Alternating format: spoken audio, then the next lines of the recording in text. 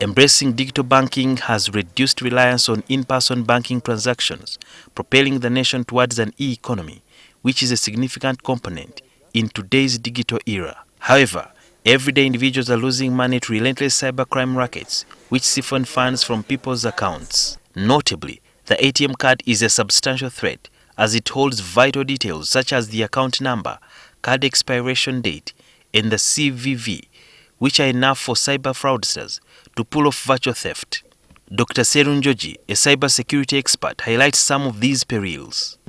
When someone gets your Visa card, they will take a photo of it and give it to you back. So you go to a hotel, you bought food, give in your Visa card, they swipe it and do the payments for you, you continue eating, and then they bring back your card. The waiter or the waitress doesn't need to stay with your card for long. As long as they take a photo of it, they will give it to you back for you, continue with it. And then that is enough. That photo, they are going to go and copy on the details on the card, enter it online, and then they can do a whole lot of shopping.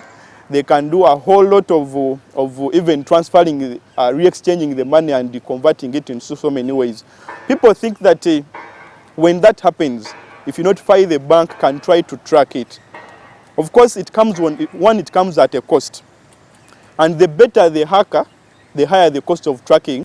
Considering the rising instances of people having their bank accounts emptied, understanding how personal actions may facilitate such fraud is crucial. If you are at a fuel station and they want to cut off money for fuel, make sure that you're there, or even you stripe yourself and you enter details yourself there and put your card back in your wallet.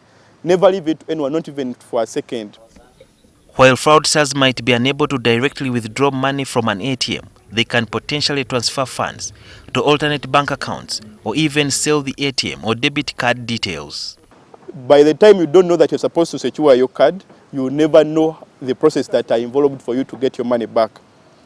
So, if your cards are sold in those dark sites, the money can be converted into bitcoins. Your money can be used in marketplaces. Your money can be used to buy games. Your money the card can be used for in so many cases.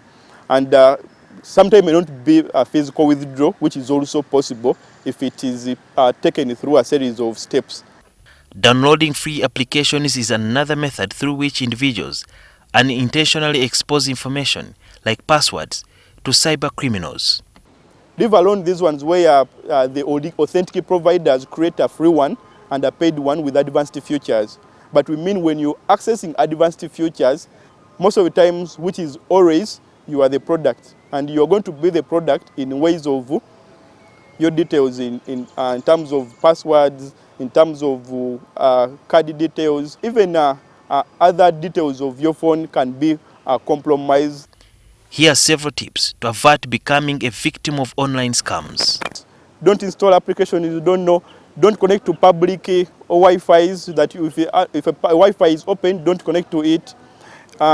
Also use one password. Don't use one password for all login details. Only download the application from trusted sources. Don't download the cracked versions of applications. That is not good. Use the websites that have HTTPS or that have a padlock on them when you're using them. Also, not every website that looks like a real website is a real website. You need to check the domain and see if this domain is for that website. Even if it looks like that website, no. Don't open up email attachments. They can send you an email which will ask you for your login details and they steal your details. Sometimes when you're going to sleep, some people normally leave their phones charging, but some of the malicious applications have been designed to only get activated when you plug your phone into power.